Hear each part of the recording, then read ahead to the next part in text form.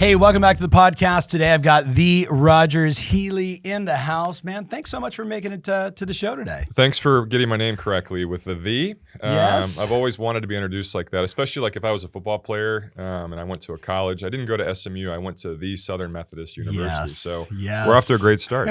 I love that. Yeah. The Southern Methodist. Thank you, Tom. Hey, so this is for the show. Yeah. For the people that don't know you, give them a little backstory. You've been in real estate for a long time. You told me a funny story as we were just getting prepped. So tell us about your journey. To you. Yeah. Yes. The funny story is that the Rogers Healy took the real estate exam more than anyone in the history of the state of Texas. So I'm assuming that's what you were referencing.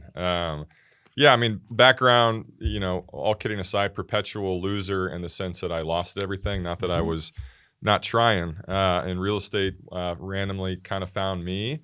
When I was in college, I had interest in all things other than real estate, other than business, from music, memorabilia collecting to trying to be a sports broadcaster. And, it was one of those kind of God wink moments where it just felt right, and decided to pursue it. And after literally failing the exam 21 times, I finally, by the grace of God, passed it on lucky 22. And it kind of took off from there.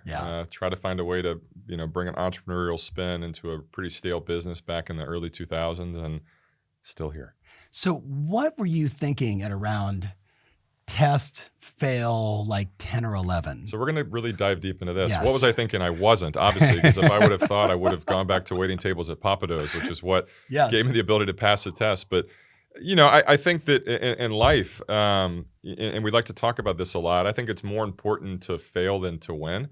Mm-hmm. And I think God was really just prepping my heart for, relative success, where I just expected to lose. And it was kind of the reason I was single for a long time, is that, I rarely had, a relationship that stuck, but I wasn't afraid to keep trying. And so I think that was really, it was just preparing me to be a humble leader and to, take everything in stride. But yeah, I mean, obviously it sucked passing it, and I would rotate testing centers, and I'd walk in and be like, "Good morning, Rogers." I'm like, "Hey, Glenda, here again." And then when I finally passed, it was like tears of joy, but also like, I'm going to miss you. Yes. I'm going to miss you taking it. But yeah, it just kind of set me up. And I'm not a great test taker. I have every learning disability under the sun. I had it before it was cool. But I think that also made me more relatable as I've, continued to climb, where I'm not your run-of-the-mill success story. Yeah. So tell us about the business today, just so we have context. And then I really want to go back in time, because many of the people that are listening, the individual right now that's listening to this, they could be running a successful team. They could be a brand new agent. They could be 50 years in the business and be a CEO of a company trying to figure out what's next for them. So it's a wide variety of listeners, and then tech companies and other friends that are I thought you were about to arm wrestle me. That's what I feel like is about to happen. I was you, like, over the top. Here we go. Yeah, here we go. Yeah. But give us context for, what does the business look like today? How many offices? How many agents? What's the volume in transactions? Just so people have context. Yeah, sure. If I was trying to just short and sweet impress you, I would say we've got the largest independently owned real estate company in the state of Texas. Mm-hmm. Right? What does that mean? It means a lot of things. It means that there's larger companies owned by Warren Buffett. Yes. But I think the theme of it is what got us here is probably what's not going to get us to the next step. Yeah. And by the time this airs, coincidentally today, we're introducing a director of operations, which I never thought I would do, but it just reached a point where, I've kind of hired myself out of a job. So it's a company based on faith, and it's based on collaboration, it's based on acceptance, and it's based on really everything as long as you work hard. Yes. And that was my calling card, and it still is, where I think that God built us to grind. And so, it started out not like in my basement, but also we were in a room about this size with 3 people, and I didn't have a business plan. I still don't, but I just knew that, working for someone else, even though that's all I do now, technically, right? It wasn't for me. And just on a whim, started a real estate company. Yeah. And that really is the most glamorous way to describe it. And, just by being resilient and having some faith and some grit, it just kind of started to work. But now it's a real company. Volume, $1 billion a year. Agents, we have a lot. Transactions, we sell a lot. We do a lot of leasing. But I've learned that through my obsession with business, I've been able to go and infuse an industry that is not really business savvy for the most part, which that's really the disruption. I always thought it was social media and looking different than most people, but it was really the fact that I I know how to scale and I know how to look for things, kind of ahead of others. But in order to be a visionary and a driver, you have to have structure in place, and that requires a team of people that takes time to find. And I think that's what, that's the next level for me, is really removing myself and turning my name into a brand in real estate where I can, forecast and kind of be the creative and the brains behind it. Yeah, be the visionary. Yeah, right? which again, be the visionary. There's not a playbook for that. And if you've done this for a long time, it's okay to recognize that you suck at something. And for me, there's a lot of things that I still suck at, but there's some things I had to learn enough of to where when we put someone in that position, I can lead them. And I think that's what a business owner is supposed to do. So you and I share a common value set, which is like scaling, right? Like, why do something small if you can build it the right way and serve more people? Yeah. It's just for the greater good. Yeah. Where did you learn that? Golly. I think trial by fire. Yeah. My dad's my hero, and he has a successful insurance and estate planning business, but he has, I think, 10 employees. And his version of success was he's very niche with his clients, high net worth individuals, period. Yeah. That's never been my approach. I'm in the business of making money, which requires, volume, which comes with a different set of problems. But I think that, the common theme between all of my failures really was me, whether it was dating the wrong people, whether it was hiring the wrong people, whether it was leading the wrong way. And eventually, COVID gave a lot of us a reset and an opportunity to put priorities in place. But prior to COVID, we didn't have departments. And we were still a pretty big player. We were a top 20 company in the city and selling a lot of real estate, but it was just a lot of the same, starting over, here we go again, right? And bad hires and, waiting too long to remove people. Where during but COVID, that's the entrepreneurial game, like especially as a founder, right? Yeah, but like get over it. And I think that, COVID was like, my office locked me out of my office because I was an addict that needed to be at my desk and working. And I was able to be with my then wife, my now wife, but I'm saying she was my wife at the beginning of COVID is when we got married. And then I kind of could look around and be like, all right, it's okay to wear shorts. It's okay to, sleep to 5 a.m. and do these things that I just thought I was having to always be on. And if I wasn't available, my office would collapse and people would quit. But I finally just reached a point where I was like, screw it. I want to be myself. And I want to go and really leverage the fact that like there's more to life than work.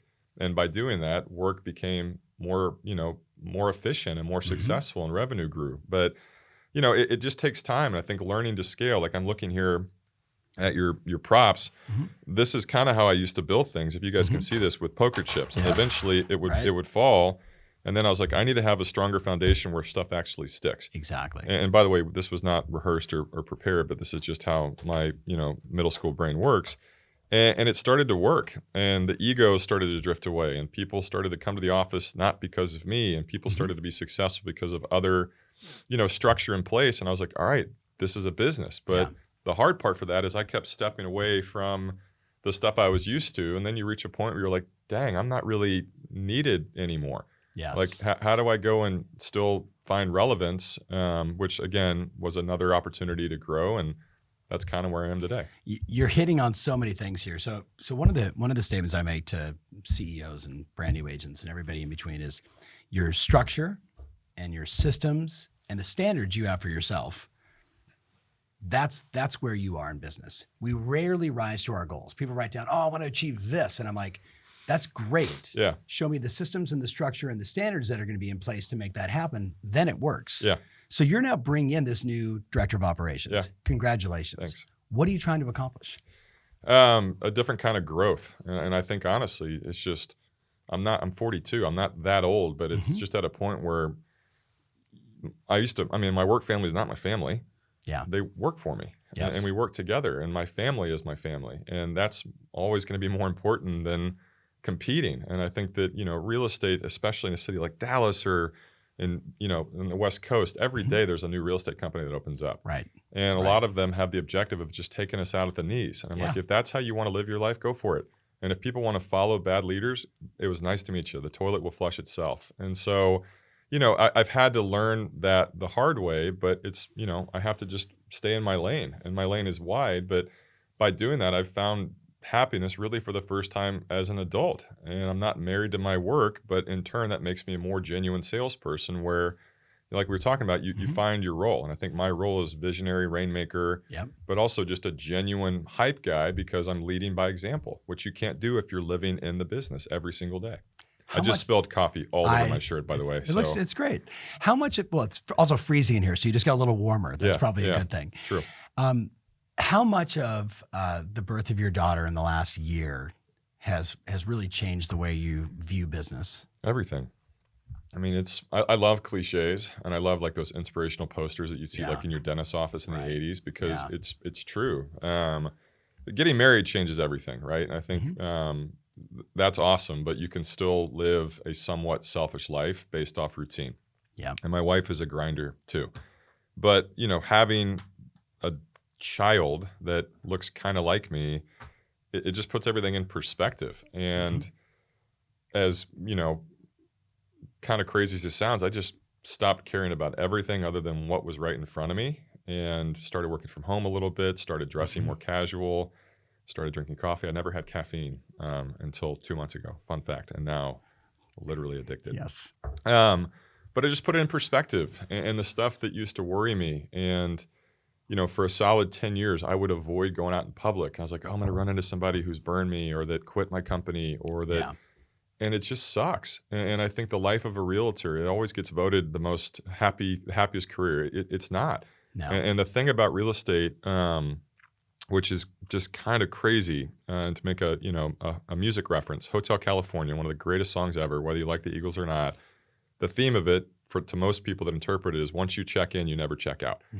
Once you find success in real estate and you taste that forbidden fruit, it's impossible to step back into the innocence. And I had to just go, and having a child, help catalyze this, but I had to be like, all right, there's more to life than a deal. Yeah. There's more to life than having the biggest real estate company and having the greatest bottom line. It's like, I have to go and find a way to find joy that has nothing to do with a yard sign or a business card. And again, by doing that, the right people have risen, the wrong people have found their way out, and the law of attraction is stronger than it's ever been. I know for the person listening right now, you've probably heard me live at an event or maybe on a podcast where I said, in order for you to scale, you have to let go. You have to stop doing the things that got you here, right? Yeah. Like we know those cliches. What got you here is not going to get you there. Yeah. But it's hard to let stuff go. It's hard to let routines go that became, you said it earlier, intentional or not, about your identity became all of this. Being at the office every single day, grinding it out. And now all of a sudden the birth of your daughter, you see this opportunity to change. A lot of people don't change. Yeah, but you have to. If not, I mean, you're going to change or change is going to kill you. And I've learned to use words too. Like I had a guy, his name's Jerry McNabb. Shout out to Jerry. He's like a second dad to me. And reached a point, it's probably 8 years ago, where I was just rock bottom. I was a part of a Ponzi scheme with a home builder in DFW called Bella Vita. They were just, did things. I was a sucker. And I was in a really bad relation. It was just like the storm was perfect. And I reached a point, and I finally called my dad, and I'm not one to ever ask for help. And I was like, all right, here I am waving the flag. He's like, you need to call Jerry. This guy is, he's like what you do for real estate people and beyond. He does it, kind of to a different scale, where most times he works with people, it's like a 4 to 6 month process. 7 years I was with him. And he learned me. He taught me how to think different and how to operate different, where one of the words that I started to use was evolve. And I feel like the term evolve is a positive way of saying things are going to change. And so I really got into it. I love dad quotes, and I love these things that I never thought I would enjoy. But the one thing I kept gravitating towards was a quote he told me the very first time we met by Oscar Wilde, who I've never read any of his books or poems, whatever he writes. But he had a quote that said, be yourself because everyone else is taken. And I heard that. I was like, that's my quote. I was like, that's how I need to live my life. But, how do I go couple that with being a business leader and being a relatively public figure and still just obsessing over being the best version of me? And that really was, what changed my life. So many people hearing this have experienced this. To become successful, we feel like we need to become this person, right? It's not me because, I'm not enough. It took me 22 times to pass the test. So if I become this person, I just think it's so. I'm going to go take it again today, and I'm going to fail it. And I'm going to come back and be like, I passed it, but then I failed it after I passed it. 23, Michael Jordan. There we go. But you know what I mean? Like we create these identities, and then those identities are only good for so long. Yeah. Do you know what I mean? Yeah. Like the young, hustling, getting started, only 21-year-old kid in town selling houses, and everybody looks at you, or at least you perceive that they look at you a certain way. Yeah. So I'll show you. Well, that only gets you so far. It's exhausting. And we were talking about this before as well. I think that we've been very blessed to be around all generations of people in sales, whether it's, old school realtors, maybe I'm old school, the new school. And I think that, the kiss of death or, the kiss of success is a phone. Mm-hmm. And I see these people that have such incredible brand opportunities, and they have a great heart, and they know how to smile, and they get sucked into the vortex of TikTok or Instagram. And I do it too. But I'm like, why are you posing on a car that you don't own and you're not smiling, and you edit your face? It's like, that's not authentic. And it's hard for me to where finally I'm like, all right, I'm going to keep being myself, and the right people will gravitate towards it. And if I can help correct the path, great. But it's hard. And you're speaking my truth, because so my dad, who's the legend of this business, used to say to people, you ever got a business card from somebody in real estate, looked at them, looked at them, and thought, what happened? Dude. And now we have that on Instagram and TikTok and Facebook and everything else. And look, if you're out there and you overly Photoshop stuff, yes, I'm talking to you. This whole game is likability, right? We talk about trust. We talk about likability. We talk about referrals, et cetera. I'm convinced two agents go on the same presentation from the same company, same price, same terms, same everything. Who gets chosen? The one that's most likable. Well, if you start my relationship with you online with all this false, and then I meet you, you have an instant knock of trust. Credibility for me. I think there should be a requirement that every 2 years realtors need to get an updated headshot. I agree. And if you're just ugly, put a smiley face on your signature. I mean, No, my joke is, what are you gonna do? Scare them when you get there? You can't make it fake. Yeah, it's crazy. And I'm just kidding. If you are ugly, you could still sell real estate. I've done it. Yes. Anyway. Yes. All right, we're not even gonna touch the ugly stick. Don't edit anything. Okay. Have I even started the podcast yet? I wrote down all these questions. I'm the Rogers Healy. Welcome to the Tom Ferry podcast, everyone. Today we get canceled. Thanks, Starbucks. Yeah. Thank you, Starbucks. All right, so here's a random question. What would 22 you say? Times. That actually would have been an even better random. How many times did it take you fail the real estate exam? Okay, you're hiring this new director. This is actually not on my list, but you hired this new director of operations. How will you go about helping, encouraging, monitoring, stepping away, managing, leading, inspiring, measuring performance? How will you know if she's doing the right job? I'm going to hire Tom Ferry to implement our structure and our coaching. Drop the mics. Sold. Yeah. Sold. Yeah, I think that really. I mean, I struggle with it. That's why I'm asking you. I don't know. And I think there's beauty in that. There's not a playbook to get inside my head, but I think that this lady that is coming ran operations for a very large real estate company for the state of Texas, and God's just been really cool that it happened naturally as it was supposed to. Mm-hmm. But I don't know. And I think that, unlike me, I'm going to just kind of be on call, and instead of hovering and making sure everything is done perfect, it's going to take time. And I think through that, she's going to lead the staff, which is going to lead the agents. And then I can actually not be worried about being out of the office at 10 o'clock on a Wednesday morning, because this is what I'm supposed to be doing. Right. So I think that's going to work. But for what it's worth, all of our other staff, for the most part, they have roles and responsibilities. But you're going to figure it out. And I'm going to observe stuff. And when I can help, I'm going to do it. But I have to learn how to also just be quiet, which I'm not necessarily great at. Yeah. So that's why they put me in a dark room during the day and lock the door. And every couple hours I get water. Yes. And every once in a while when I'm good, I get coffee. Yeah. It's like a French prison. Yes. No, it's fantastic. So if you look at the business now, and as I understand it, I thought I saw a recent PR piece. You launched commercial. Did I just spill again? I think you did. I'm going to blame Starbucks. I saw it on the left. Does Tom Ferry have branded bibs? Guys, I think we put it on the list. We do, but we'd have to send it to his daughter. Bibs right? and green M&Ms. Yes. I think we have like a bananas baby outfit. Like a dry cleaner in the back or something? Yes. Anyway, sorry, I just launched what? Do we have maybe a blanket? I thought you just launched commercial. Did I? Yes. Today? No, I saw it on Instagram or something. Oh, Yeah, I mean, 10 years ago. So you've been scrolling back I quite must a have while. been going, no. I'm not even going to dig at my phone. No, it was a recent something. Yeah, and there was 2 divisions, I thought. And I was just curious, relating to your director of operations. Yeah. When you launch something new, do you launch it or do you launch it around a who that can actually go do it? Short answer is yes. Right? To which part? Yeah, I think whenever the best thing to do when you're buried in work is create another company. Yes. That's where all logic leads. No, but y'all that are watching this that are in real estate, it's one real estate license for anything. Yep. But you also know that a lot of people love to segment, and Sure. It's hard to have a commercial agent working under a residential roof. Yes. Not technically. So anyway, yeah, we grew commercial. It's been awesome to watch the growth. But about 3 years ago, we've done commercial for 13 years, and the company's in year 17, and I'm 33. And so, do the math.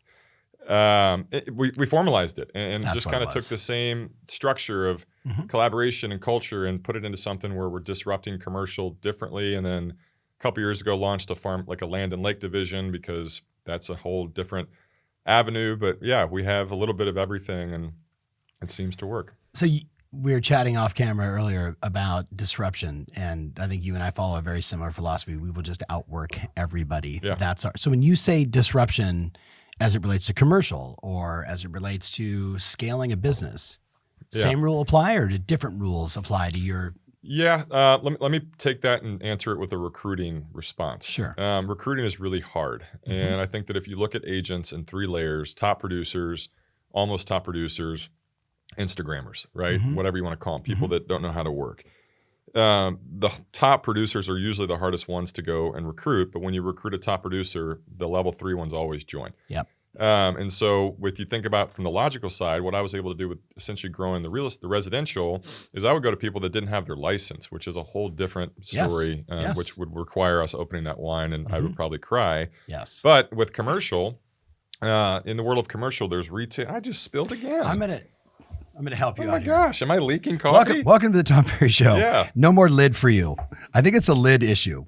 No editing, by the way. Yeah, please don't edit. This show is brought to you by Starbucks. I got up cups. at 3 o'clock in the morning, two mornings in a row. There's no excuse. Yes. Anyway, inside out is the best way to recruit. Instead of going and trying to convince somebody, go and introduce somebody to the idea of making money based off the network they already have. Yes. In commercial, retail, industrial, multifamily, land, office, etc. There's a lot of people that know that world, and you took the lid off, which is really risky. No, I'm thinking it's the lid is the that problem. Is smart. Look at the lid looks completely destroyed. It's the wand, not the magician. Yes. Anyway, so we grew from the inside out and took a creative approach where we've struck what I should have done when I started my real estate company 17 years ago. I did minute 1 with this, and so the structure has been harmony, and we're growing, but obviously there's still obstacles to that. But then if you so we have hundreds of clients that are doing the same thing, small teams, large brokerages, monster companies. Yeah. And they'll all say the same thing.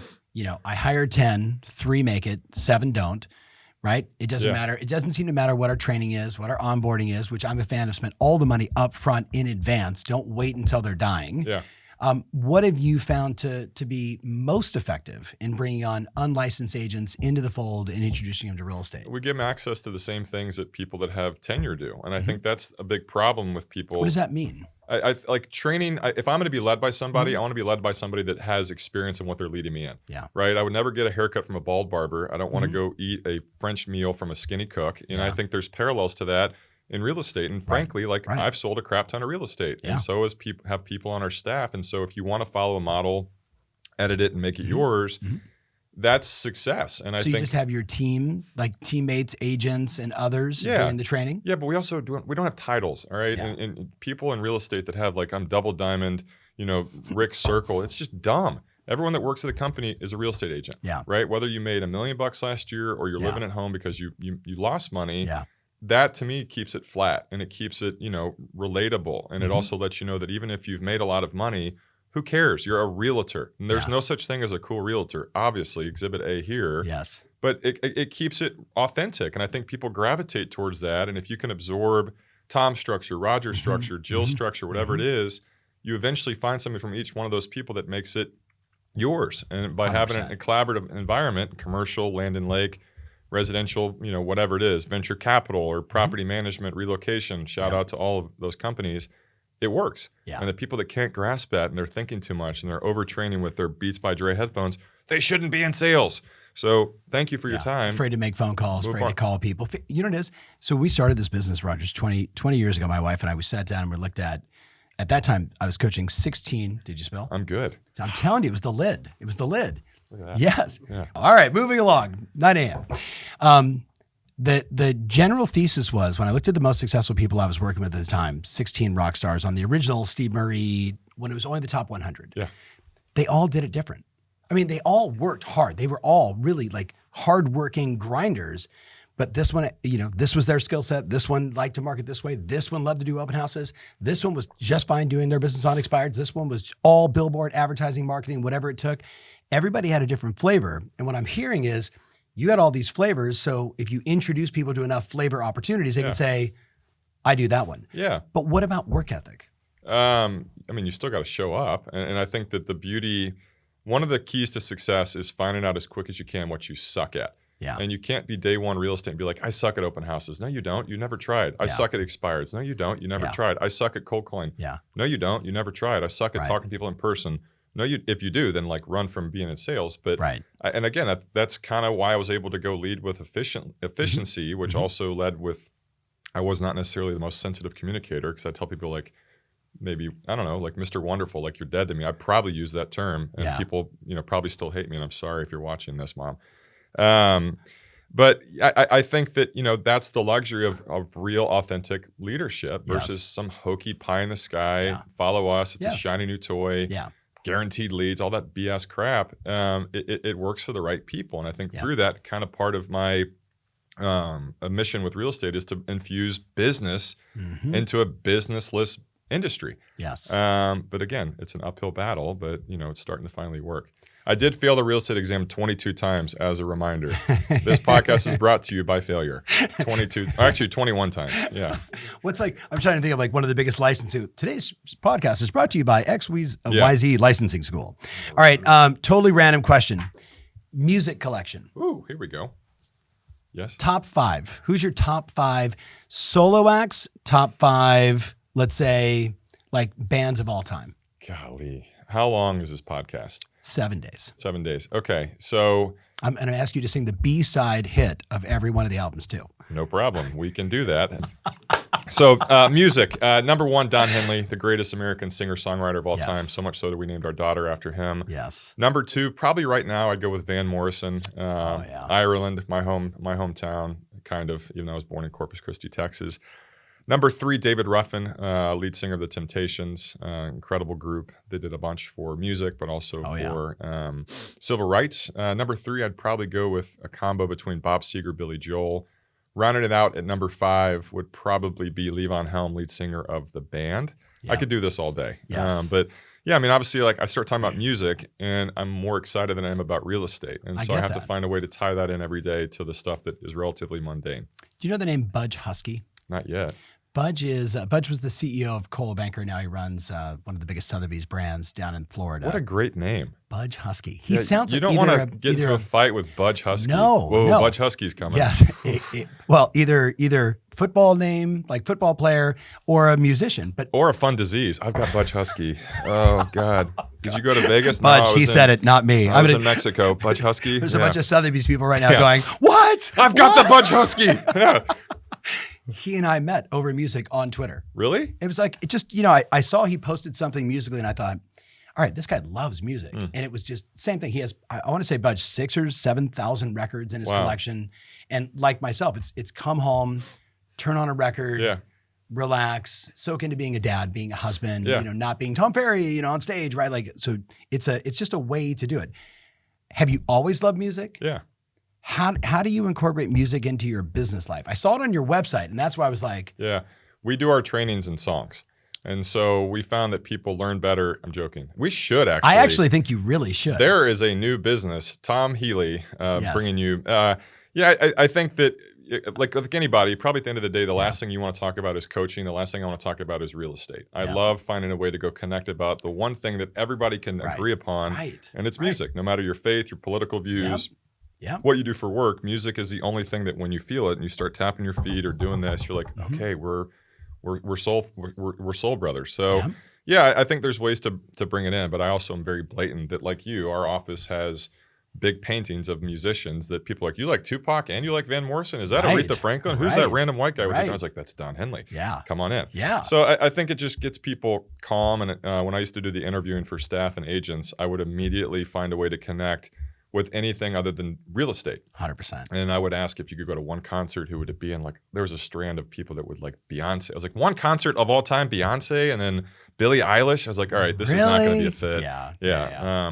So that's one of my favorite, like sitting around the fireplace, hanging out with like new friends and old friends. Like, what was your favorite concert? Ooh. What was your first concert? Yeah. If you could go back and see any three bands today, it doesn't matter what time period it is. And it's just so like, you get to know somebody's soul. Like, music impacts us emotionally. It's anchors to moments in our life. It's like all these special memories, and you get a glimpse of that with people. And it's better than just, hey, are you still successful in real estate? Yeah. Have you seen my Instagram? Yeah, no, it's music is therapy. I think that there's a quote I heard that said some people hear music and the lucky ones feel it. And that's kind of that's a mission of mine, so much so to where I've dedicated a brand to just my music memorabilia collecting. And it's been one of the highlights of my life. I see it. Yeah. I see it. No self-deprecation about real estate. When we talk music, man, you're like all in. There's no music exam, but if there was, I'd fail it probably 21 times, and that would be how we would lead with that. But yeah, music. And I think, again, I love people that are passionate about whatever their thing is. I do a podcast, and yesterday I had a guy on that essentially sells dinosaur bones for a living. Yeah. I don't care about dinosaurs, but just listening to him talk, I'm like, damn, you're so into a megalodon tooth that you start sweating because you don't know how to stop talking. It's like, it's amazing. And I think that's how I am with music. And it just, again, people can appreciate the authenticity. And I think that the conversions of people that turn into someone who would buy a vinyl record or actually learn about David Bowie, it's fun. Is there a good record store in Dallas? There is, yeah. I might need that list. I was going to tell you which one. I wasn't just being a jerk. Tell me. No, because I buy so much online. Like, you know what time it is? I do. Yes. Yeah, no. Josie Records, over off 635 in Josie. Somebody capture that, please. And at checkout, you can use the name Rogers for a discount. Yes. Those are my buddies, my business partners. It's the world's largest record store. My wife and I would go there every Sunday before our daughter was born, and that was our weekly date. And we would pick a record, and we would go home and listen to it. I love that. Yeah. I love that.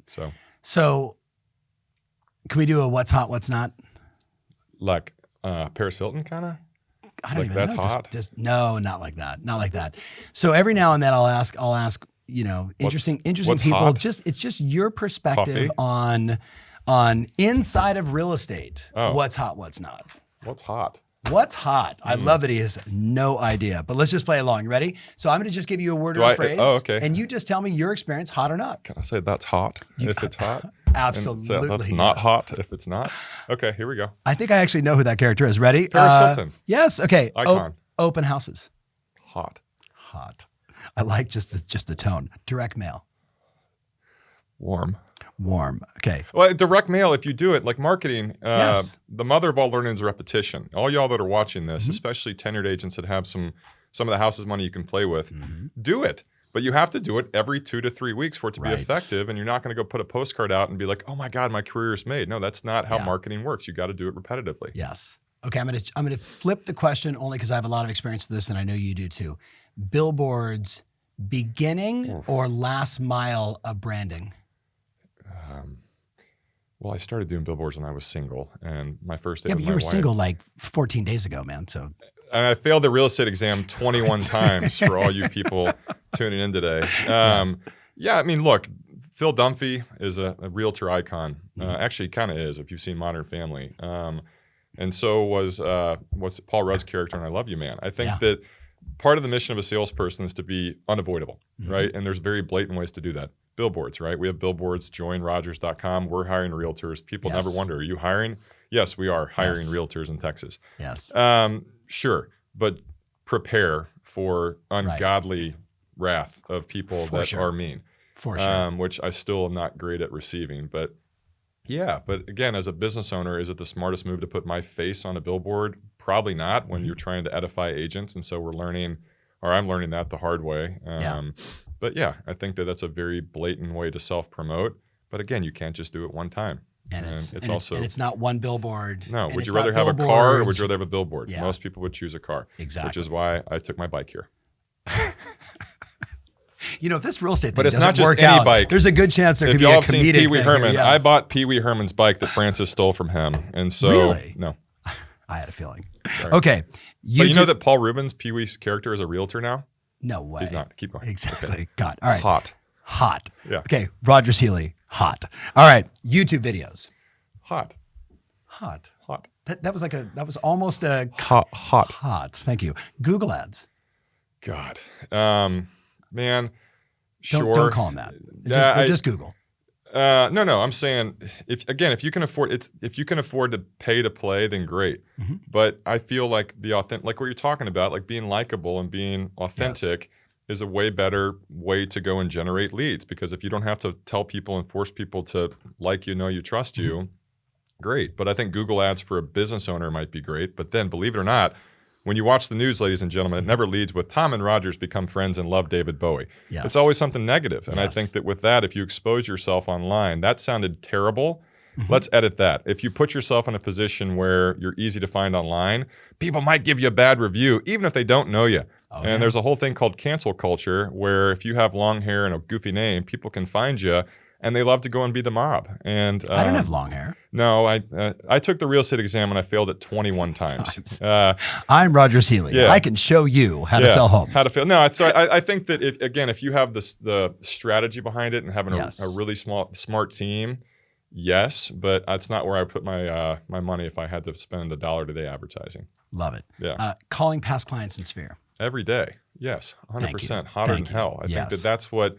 You got to dance with the one that brought you. And I was so good at the beginning about generating business, but I would never follow up, just assuming my people would come back to me. And I lost out on millions of dollars of commission just because they were offended that they thought I was insincere. I was like, no, I closed the deal and I'm moving on to the next. But 100%, you should do that every single day. Yes. Hunters versus like long-term relationships, nurturing. Okay, couple more. Instagram. You've made fun of it multiple times, and I love it. Not really Instagram, the platform. No, the agents that are doing social and never making phone calls, not doing open houses, not hot working. if you do it right. I was the first real estate agent in the country to do social media, and it's not because I thought it was cool. It's because I couldn't afford mailers and billboards. So yeah, if you do it, just be yourself. Yeah. Right. And please realize that not everybody needs luxury anything. We never use the word luxury in anything that we do, ever. We sell real estate. If you want to build wealth in real estate, sell real estate. Don't specialize in freaking multi-million-dollar places. That's not realistic. So yes, but smile. If you have teeth, smile. If you don't, sell some real estate, and in your first commission check, buy some teeth. But I think you've got to find a way to just be, real. And if you don't have to go and fake it, then you're going to have people that don't waste your time. Again, speaking from experience here, I didn't know how to perfect that until way later in life. Yeah. The Dallas Cowboys, hot or not? Not. I don't like the Cowboys. I'm not a Cowboys guy. Okay. I don't support their leadership. Yes. You can put me on blast on Okay. that. Yes. I'm a 49ers fan. So as we wrap this up, that was a really good segue right there. If I just said to you, hey, this was the last time you're going to do a podcast, and you want to just shed That's depressing. I know, but just go with me. How about on the this. last time today? You have no more shows today? I have like 3 more shows today. Damn. All right, so it's your last one with me today. Whew. And you got to look to that camera and just share with them. If you could wave a magic wand and help every agent become more successful, what are those 1, 2, or 3 things that are just non-negotiable in this business? Never settle. Whatever that means, just be yourself and trust your freaking gut. And, snake oil salesmen are real in real estate.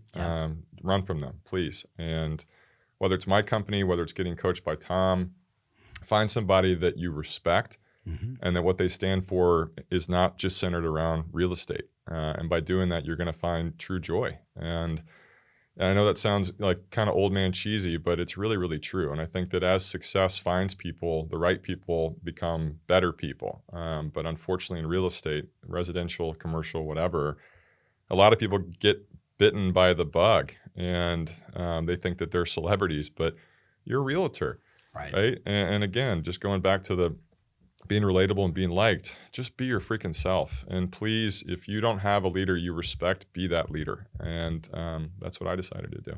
I love it. After taking the real estate exam 21 times in a row. times. But I passed it. Yes. You did it. Congratulations. Thank you very much. It would be awesome to actually have everyone. I have them all. Pearson View. Oh, I have them all. I love it. And over the course of my face was bloated because I got really into drinking. I'm joking. I didn't. Yeah. I kind of did. Yeah. Which I want to plug Siempre Tequila, which is our newest investment. Tequila is the only upper of all alcohol. Wait a minute, hold on. I got to give you a bottle of my tequila. You may have made the wrong investment. Really? Oh, yes. We just got top 5 for Extra Anejos. Our Cristiano was on fire. La Adelita, baby. The What are you Adelita drinking Army. right now at 9 in the morning? I'm drinking bourbon. This is the Duke bourbon. But I have to hide it over here. Yes. Fair enough. Yeah. The Duke bourbon, John Wayne. So that's one of our other companies. Yeah, cool. yeah. All right. So it's been super fun. Yeah, same. It's about time. We were pinging each other on Instagram. I've been, watching you from afar. I see your billboards when I drive out to Dallas National. I'm like, there he is. Yeah. There he is. I'm gonna get him on the show. We're gonna have a good time. I have a question for you, actually. Shoot. Hot or not? Rogers Healy. Hot. There we go. Hot. And comedic and fun and self-deprecating and sad interesting. Inside. Really sad inside. Yeah. And then I start drinking Tom's wine, and then the perpetual cycle of sadness kicks in. Yes. Until I put on Don Henley. Yes. And then we're in our happy place. Yeah. Until the next morning when I wake up. At 2. Yeah, sad. Welcome to having babies. And that's when I drink coffee. So just the cycle is continued. And if you want to be led by someone like me, run. Yeah. Daniela, we need to make sure that when he goes to Starbucks, like someone else puts the lid on because clearly the lid thing is not working for him. Maybe here's a business idea. Yes. Tape. Coffee tape. I like that. Yeah. This could be the longest ending to a podcast I've ever done. Oh, yeah. Sorry. How many times did you take the test? I took the real estate exam 21 times before passing it, number 22. That's how we end this thing. Yeah. Thank you so much for watching. Follow him on Instagram for more of this comedy. Please like everything I post. Watch my videos. I like likes. Call his baby Squish. Squish, yes, please. He's super cute. Hey, super fun. Thank you, man. You're Appreciate welcome. you. All right, we're out.